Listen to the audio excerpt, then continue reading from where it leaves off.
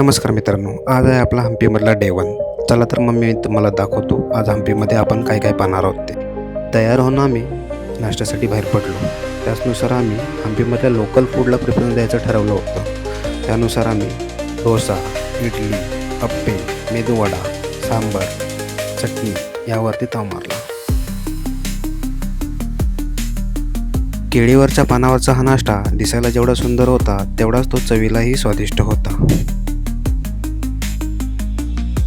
नाश्ता करून आम्ही अंजनेरी हिल्सकडे वळालो, जिथे श्री हनुमानाचं जन्मस्थान आहे. या पर्वताला 575 पायऱ्या आहेत.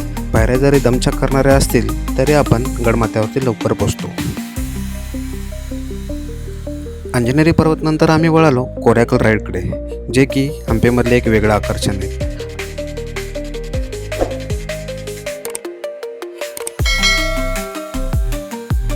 कोरॅकल राईडचा हा वेगळाच अनुभव होता. आमच्या ग्रुपने फारच धमाल केली इथे, खूप मजा आली.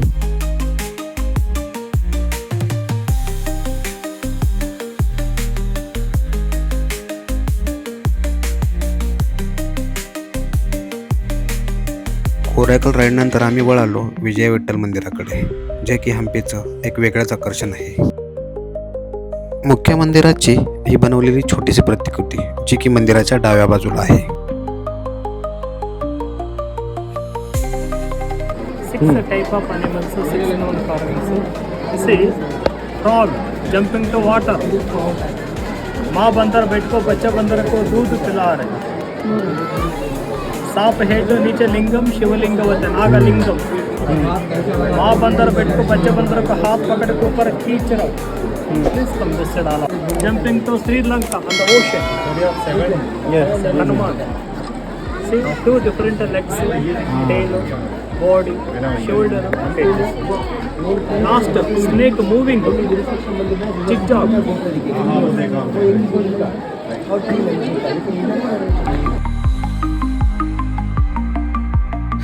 हे आहे आपल्या 50 रुपयाच्या नोटीवरील दगडी रथ, ज्याला स्टोन चॅरेट असं म्हटलं जातं.